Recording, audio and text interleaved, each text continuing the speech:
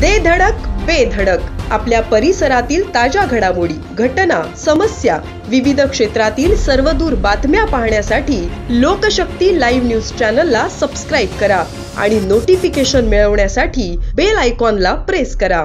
महाड दापोली राज्यमार्गावरील अपघातांची मालिका काही केल्या थांबत नसून बुधवारी दुपारी आणखी एक अपघात घडला.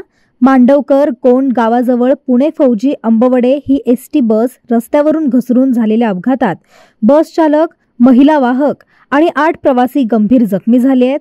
या सर्व जखमींना तातडीने महाड ग्रामीण रुग्णालयात दाखल करण्यात आले आहे.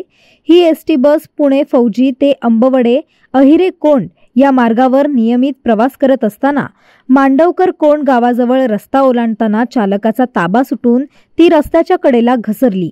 या अपघातात बसचे मोठे नुकसान झाले असून बसमध्ये बसलेले प्रवासी हादरून गेले आहेत.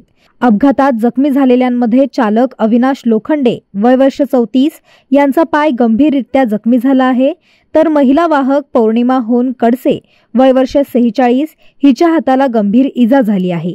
शिरगाव ग्रामपंचायतचे सरपंच सोमनाथ ओझरडे यांनी त्वरित पुढाकार घेत आपले खासगी वाहन उपलब्ध करून देत जखमींना रुग्णालयात पोहोचवले.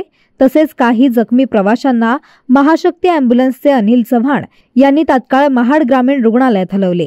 जखमींमध्ये आशाबाई जाधव वय वर्ष 75, शारदा शेलार वय वर्ष 67, सोहम पवार वय वर्ष 17, सीमा पेडेकर वय वर्ष 18, सलवा पेडेकर वय वर्ष 17, आराधना पवार वय वर्ष 18, लहू पाते वय वर्ष 55, विश्वजित कदम वय वर्ष 27 यांचा समावेश असून त्यांच्यावर महाड ग्रामीण रुग्णालयात वैद्यकीय उपचार सुरू आहेत.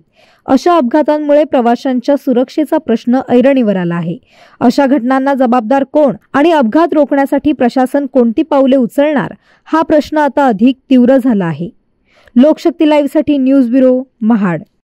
अशाच सच्चाई दर्शवणाऱ्या बातम्या पाहण्यासाठी लोकशक्ती लाईव्ह न्यूज चॅनलला लाईक करा, शेअर करा आणि सबस्क्राईब करा.